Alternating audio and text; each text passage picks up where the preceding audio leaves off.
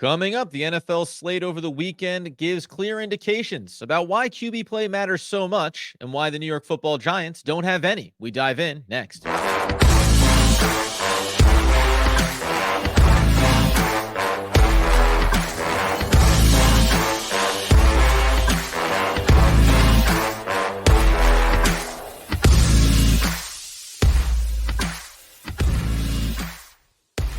Yes, my friends, it's OGP, the One Giant Podcast, where you know that we are your host over here, Adam Armbrecht, over there, Andrew Mackowitz. We're healthy, wealthy, and wise, and talking about the only game in town, New York Football Giants on the road, Pittsburgh Steelers. Sure, season on the line. We'll think of some really catchy theme here that makes everybody want to buy into a game that we'll talk about on the back end in terms of where the line stands, in terms of key players, and whether or not we think this team is capable of pulling the fan base back in after getting absolutely trounced at home a week ago, 28-3 by the Philadelphia Eagles. But Andy, first of all, how are you, sir? Before we talk a little bit about the weekend that was.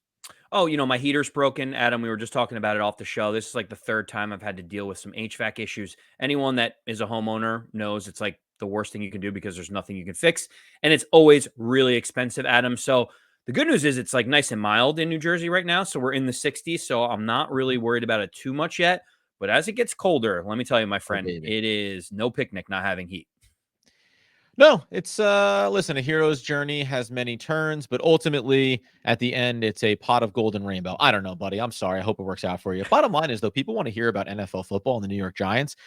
We are going to talk about the game and obviously the matchup for the Giants, but coming out of this weekend, when the Giants don't play until Monday night, you do get to kind of just sit back over the weekend and go, hey, let's just see what happens. Let's maybe keep an eye on some things that could be beneficial for the New York Football Giants.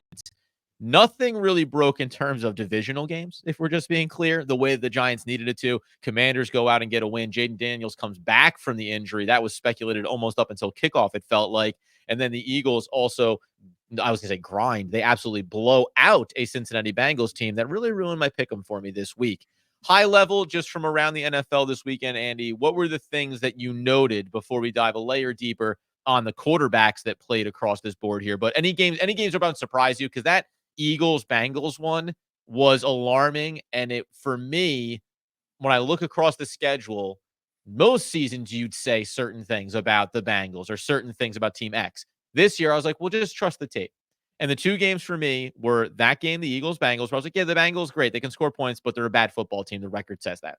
The other one was last night, the Dallas Cowboys. Yeah, I don't know why. I get 49ers all banged up, 1,000 injuries. Guess what? Well-run organization, find a way to win football games. They found a way to win a football game, whereas Dallas is a calamity of Keystone Cops. Yeah, very quickly around the league, the two quick things that I noted, the Detroit Lions are a wagon. Their offense is unbelievable. They had 52 points early in the third quarter. They could have scored 75 if they really wanted to, Adam. Like that, those are the types of teams where you look at as a Giant fan, you're like, man, I wish I had an offense like that. Like, how fun would it be to put up 50 points in the first half and just cruise, right?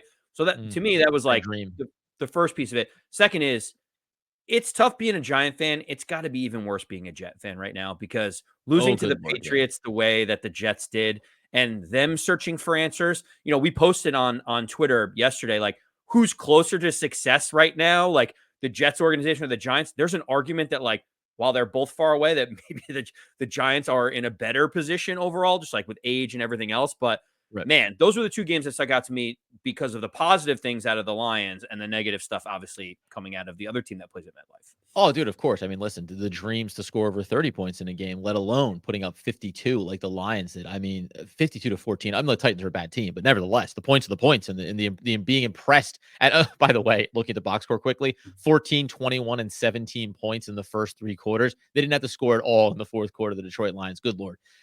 The other part of it, though, coming out of this weekend, as Andy was pointing out before we got started, was quarterback play. We all know that Daniel Jones, we're going to get to the Jordan Renan report that came out just here on Monday morning, about a half hour before we started recording, in regards to where the QB room stands and how some players feel about the QB room heading into this Monday night tilt. But when you looked at over the weekend, listen, in fantasy, I picked up Jameis Winston as a flyer. Why? Because I thought Deshaun Watson might be really bad at football, let alone being bad at life.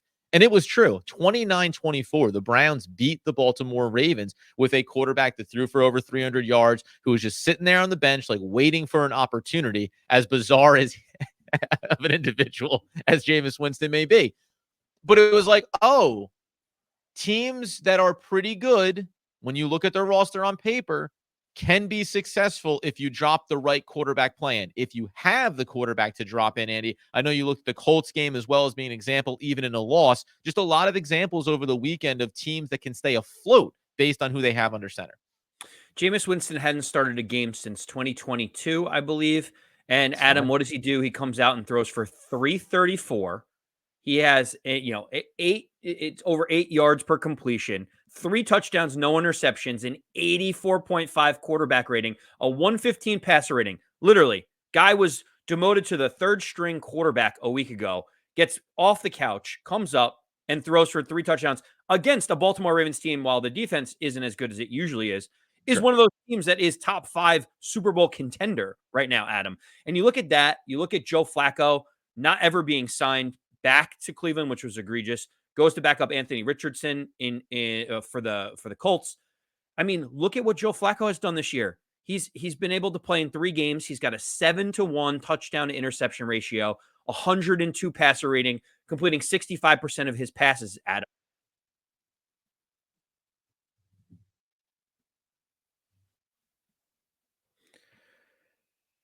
Adam, look no further than the Colts, right? Look at Joe Flacco. He has a 7-to-1 touchdown to interception ratio. He Sure. awesome this season for them. 102 passer rating. He's a guy that got thrown off to the side. He signed one day after, as you mentioned, one day after Drew Lock for the same amount of money. You No look big at deal. different teams and these different organizations that had contingency plans where, like, if their quarterback is not playing well or has an injury or goes down, they have enough play to be able to right the ship, be competitive, win football games. And you turn over to these veteran leaders and you sit there and say, wow, like the team can still function as an offense and as a collective, especially look at Jameis Winston against a team like the Ravens, which I mentioned, top 5 in Super Bowl, odds right now. It is really unbelievable that when teams set up the plan the way that they do to have backup and contingencies, that like the season isn't all for naught when one player goes down. By the way, it's funny, man. It was a few weeks ago, and then Jordan Love had a bit of an injury concern again this past weekend. Remember, with Malik Willis, they were able to stay afloat and win a football game along the stretch when they were without him. And that was a choice they actively made with Tennessee. And why would Tennessee give him up? Well, because they're not a team that's looking to win a lot of football games right now. And that brings us to the New York Football Giants. There's going to be other examples of this, like when you look at the schedule too. I was thinking about, it's like you mentioned the Jets at the top, and what a disaster to be either New York fan base right now. But again, same thing. All right, it's a game. Now they were close in this one. They could have won it, all that good stuff.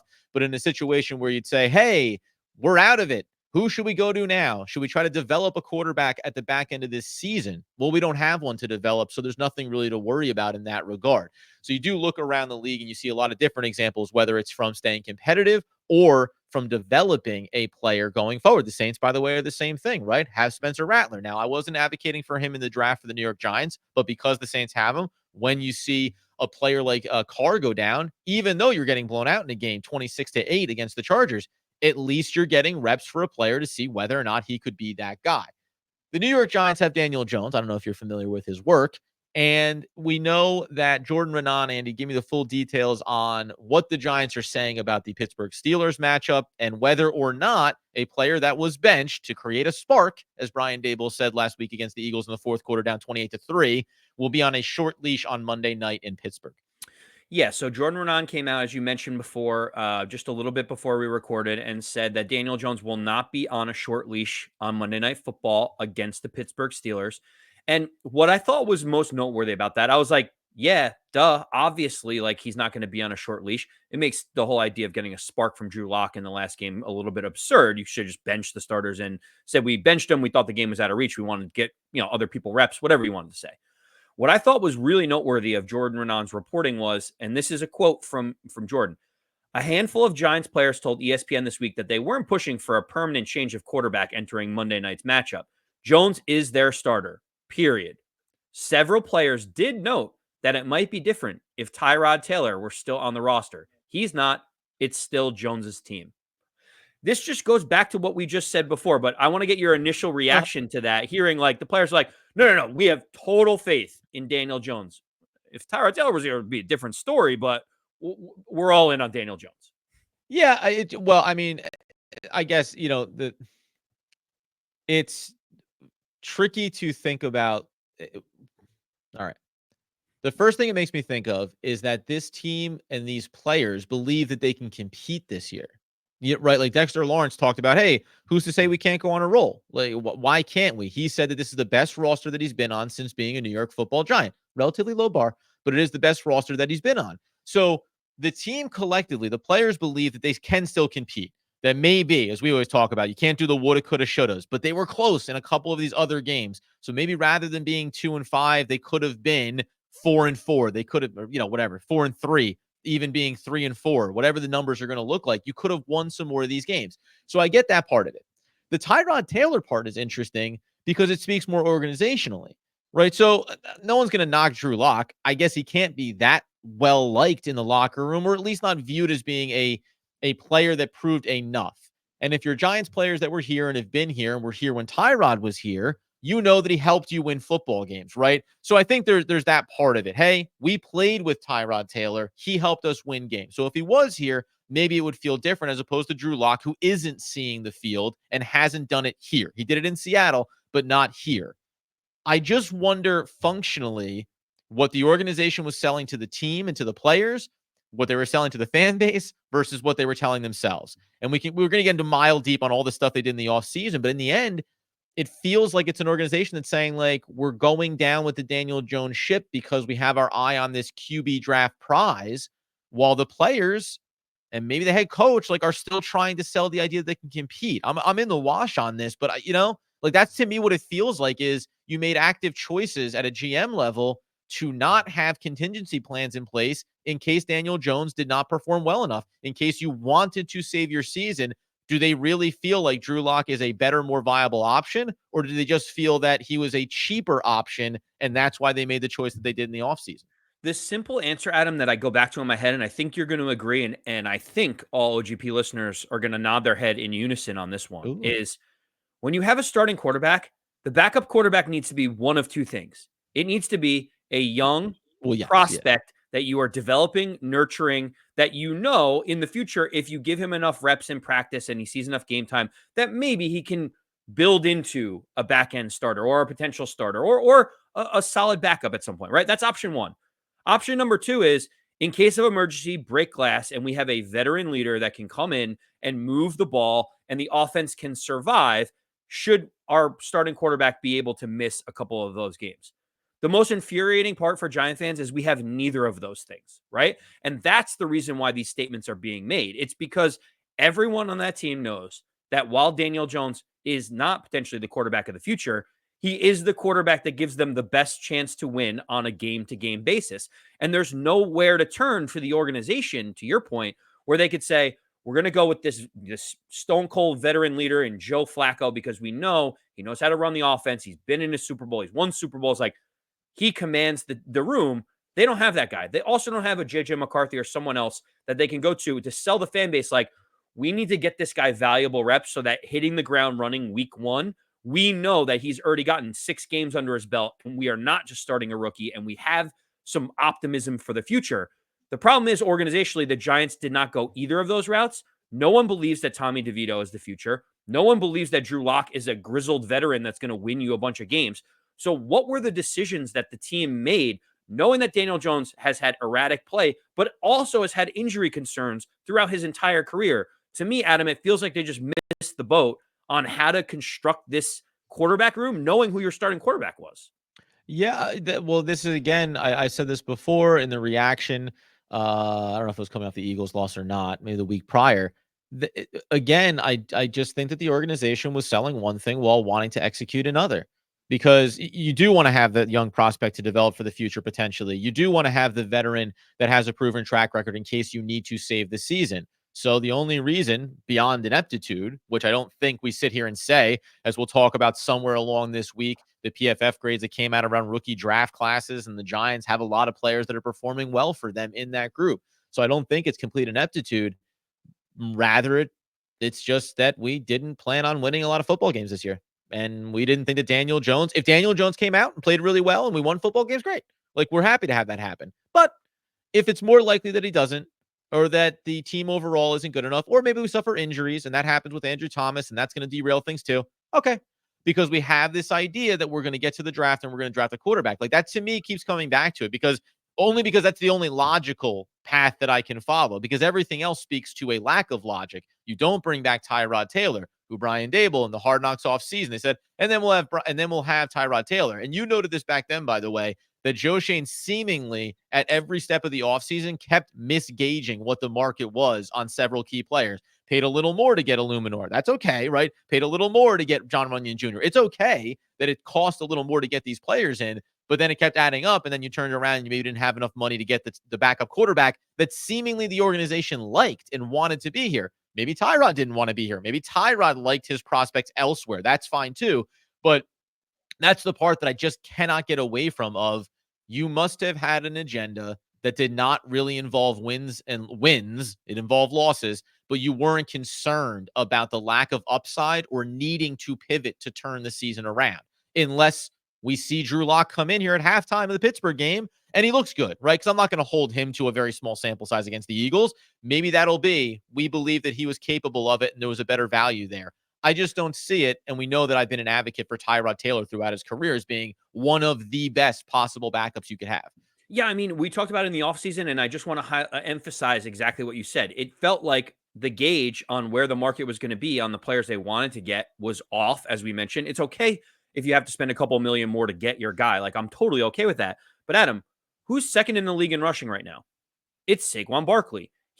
Joe Schoen in Hard Knocks said, what's the market going to be for this running back? Like, no one's paying this amount of money. Well, there was multiple suitors that were in on Saquon Barkley at that number. Adam, who leads the league in interceptions right now? Yeah, a little Xavier McKinney action.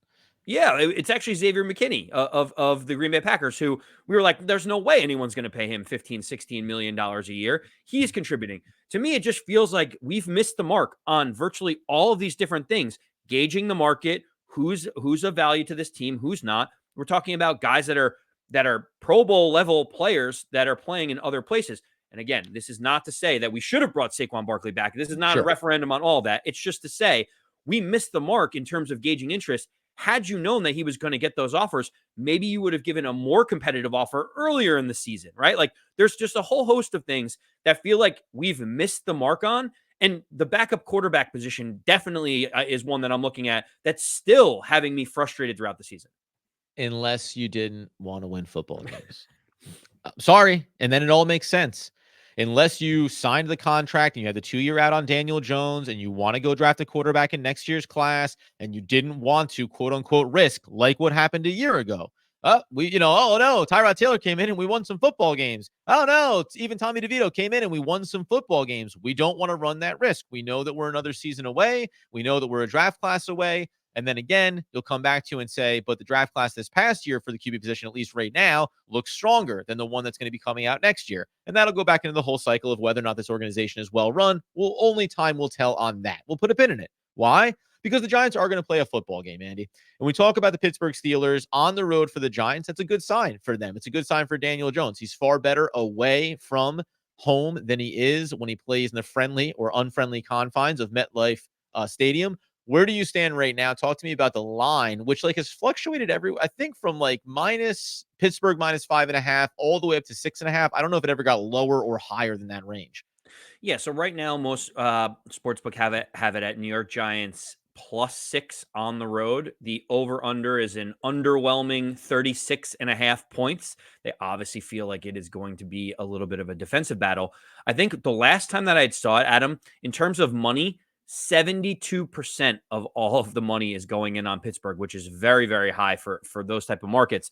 Nobody has faith in the Giants. Nobody has faith in the Giants going on the road, especially knowing how good that defense is over on the Pittsburgh side. What's your initial reaction to the line and the over-under? Yeah, I mean, it was a 31 point game against the Eagles, right? And that involved the Giants kicking in a hard three.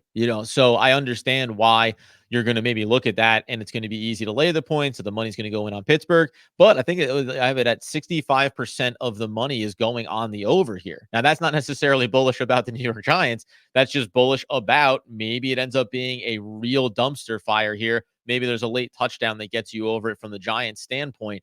The Giants against the over-under, by the way, are 1-6. So there's an interesting little line there as well. I think the Russell Wilson of it all, as we think about QB matchups here, are interesting. Mostly because we're talking about, like, Russell wasn't perfect, right?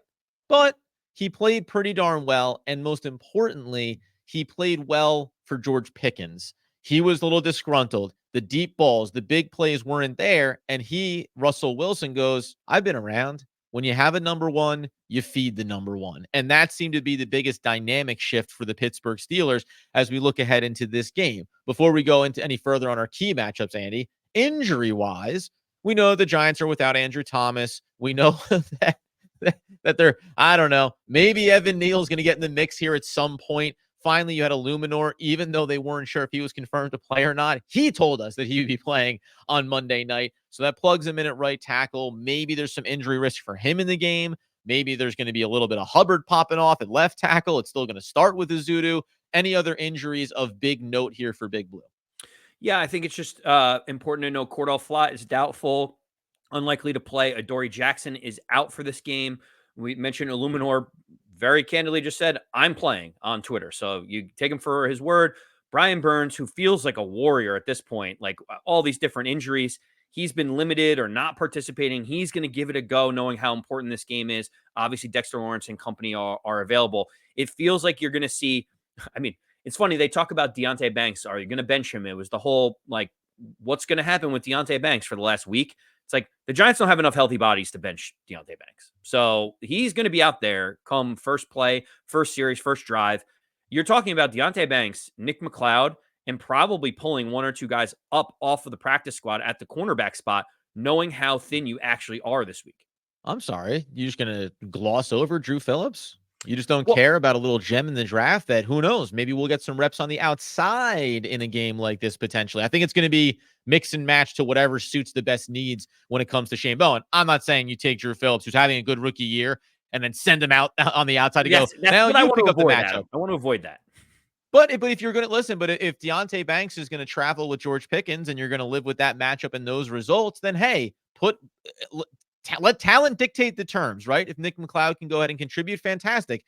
Who was it? Art Green was up a few weeks ago off the practice squad and put together a decent performance for himself. So we'll have to see who ends up being a part of that secondary. No Cordell Flott, no Adoree Jackson. It's notable because those guys have played decently, by certain metrics. They've played pretty well over the course of the start of this season, even if it hasn't been all that inspiring. So it's going to be a problem. I actually find probably more concerning. It's like you've had Brian Burns has been a little dinged up, but he's battling through. Even Dexter Lawrence popped up. No Kayvon Thibodeau in this one right now. The pressure on like the linebacking core, Pittsburgh getting healthy in their running back room. It's just there's a lot of things that speak here to the Giants' defensive ability to hold on early in this game is going to be probably the most important piece of it, let alone that if the offense can score any points. We all understand that.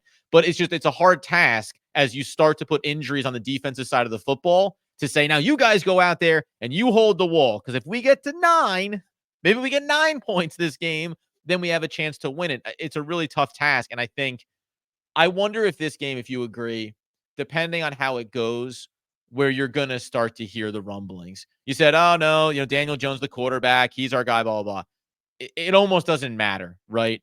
If the offense goes out there and only puts up 6 points and gets blown out and the defense hangs on for 2.5 quarters or 3 quarters, but then collapses in the fourth, what are we going to say? Right. I think you're going to start to hear a little bit of the discontent that comes with a big losing record when you look around the NFC and go, well, we're obviously out of this already, if not on death's door. Adam, it's tough because when you look at the Steelers, their defense is unbelievable. And it's like, that's right.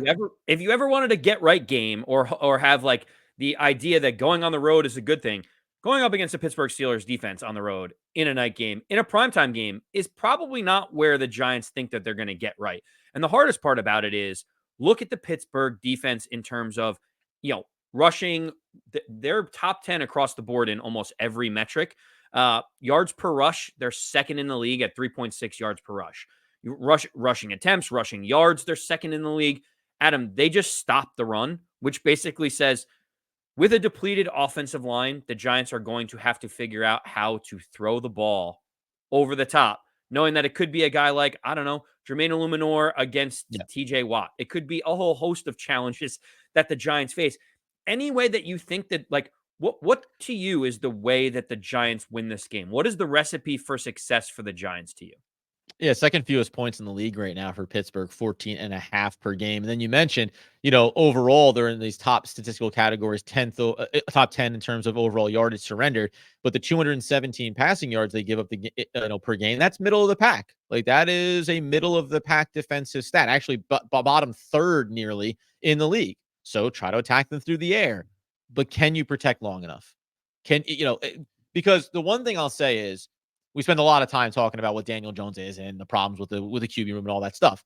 Daniel Jones has put together some good performances this year. We know that. Now, it's come against defenses that statistically are not among some of the better units, that maybe don't have a TJ Watt standing across on the other side of that line. So it's not like you can just say, do what you did in Seattle and everything will be fine, right? If anything, over the last few weeks, we've seen that in spite of some good performances, it's mostly trending the wrong way on the offensive side. Try to use every running back at your disposal. Try, Tyrone Tracy Jr., Eric Gray, and his very limited opportunities was effective in the passing game as well. I hate to be a team that comes in and goes, guess what? We're one-dimensional from the jump. But it feels like maybe they should just be one-dimensional from the jump and say, like, we're just going to attack what you're the worst at. If we can't beat you through the air early, then there's never going to be an opportunity for us to run the ball. And this team is not good enough on their offensive line, especially without Andrew Thomas, to come in here and have Brian Daboll say, first thing we're going to do is set the rushing tone. I just don't see that being the case against the Seattle Seahawks, against the Cincinnati Bengals. We talked about time of possession. The Giants were able to win that game to give themselves an opportunity maybe to have it. Now, you get one good win, you get one disastrous loss in spite of having over 35 minutes of possession against the Bengals. But I just don't see that script being the case. If you try to run the ball too often, or if you're too beholden to setting that tone, I think you're going to find a lot of 3-and-outs. I think you're going to find really friendly field position. And I think you're going to find a player like Russell Wilson, whatever he is no longer, he's still a guy that against a suspect defense is going to be able to make things happen. And this really is that great contrast we talked about a few weeks ago. Stalwart organizations. The Pittsburgh Steelers still represent that right now in this moment. Mike Tomlin represents that in this moment, and the Giants are going the wrong direction. Yeah, you mentioned having to throw the ball to almost set up the run because they're such a good run defense. Yeah, It's get them almost away, get them away from opposite. the line first, and then hope you can get some run established. Right. I mean, yeah, obviously the risk is their pass rushers and TJ Watt is a top 3 defensive player potentially in the league. But you got to pick your poison. To your point, like, Sure. what do you do? It felt like last week the Giants had an opportunity to establish the run, to open up the passing game. And the game plan was to throw 3 passes right out of the gate and then basically punt. Like, it made no sense, the game plan. But I think Based on opposition. Yeah, of course. correct. This game, I think you're probably right. Like, I can't see the Giants running the ball twice into the defensive teeth of the Steelers and leaving it 3rd and 9 and saying, okay, Daniel Jones, now that you have 3rd and long, we're going to let their defense pin their ears back and good luck with suspect offensive line play. The only way that the Giants are going to be able to win this game is to be able to throw the ball. It does feel like that. And while it feels very nerve-wracking to say Daniel Jones has to win it with his arm, I don't think they really have any other choice. And that makes the conversation a little bit easier, doesn't it? It's not like, oh, how do we attack this? Let's just establish the run. Like, it doesn't seem like that's going to be the case. You are going to have to throw the ball if you're Daniel Jones. You are going to have to feed Malik Neighbors. You are going to have to get the passing game going to have any chance. And that's why, Daniel, small side note, if you think the Giants have any chance in this game, Daniel Jones's passing yards is 188 as his over-under.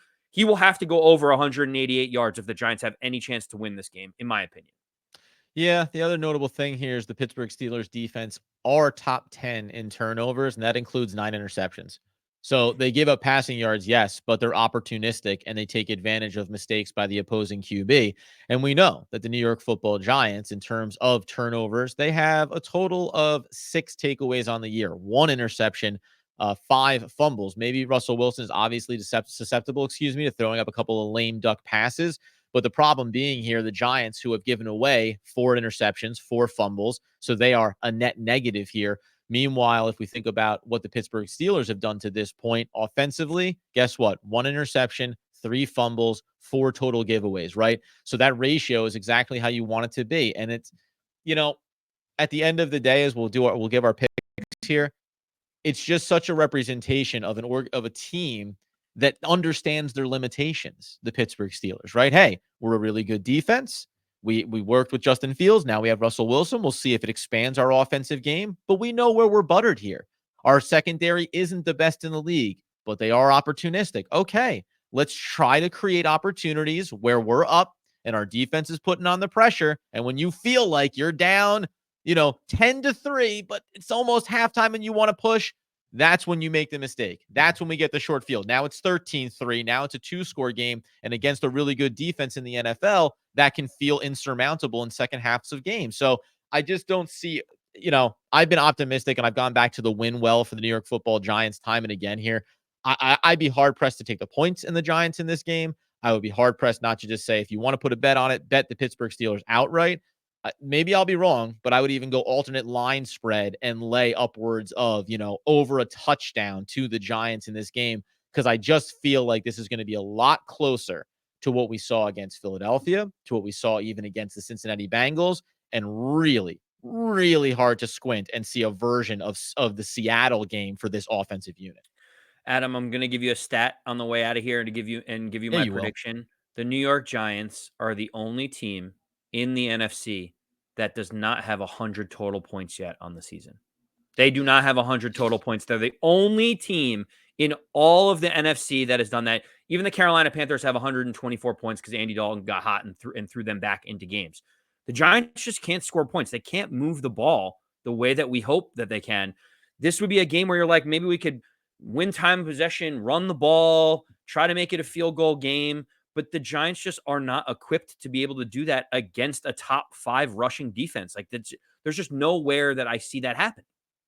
And it is tricky too. I will just note, like, the Pittsburgh Steelers have played the Broncos, not a great offensive team, second week of the season. They gave up 24 points to the Colts. They gave up 17. That's something against the Cowboys because they're a little bit wonky. But then they played the Raiders and they played the Jets. And, the other big one would be opener, which was against the Atlanta Falcons, where you looked at it and you said, oh, okay, 18-10, like that mattered. Like, there's something a little bit here about competition level and where ultimately the Pittsburgh Steelers defense will rank. But to your point about the Giants and their inability to score offensive points, it's just like, this is the perfect marriage of, well, we're not going to find out if Pittsburgh can go the distance on their defense's shoulders off of this game. You'll Correct. wait to see one when you get the matchup down the road and they play the Eagles, right? In December, that'll be a conversation. The Ravens, when they meet them towards the end of the year, or in mid-November here as well. Like, those are the games when you'll learn about Pittsburgh. You're not going to learn something about them tonight, other than the fact that maybe they can be absolutely elite dominant when you're facing a team like the Giants. Under 15 points per game. The 2 scores they give up per game. And the Giants can't get, what do they average right now? What are they, to 13 right now? 14 points a game? Is that where they're at? Because it's been falling, by the way. I'm trying to remember where they stand right now currently in that stat, because they were under 8 points at home, and that only got worse playing the Philadelphia Eagles last week. The New York Giants are 31st in the league at 14.1 points per game. So, I mean, like as you said, it's a match made in heaven, a team that is stout defensively that doesn't give up points against a team that cannot score. So, Adam, yeah, give me your prediction. What is your prediction for this game? You got the Giants scoring 30 for the first time this year. I'm excited. 300 yards for Daniel Jones, 3 touchdowns. What's your prediction here?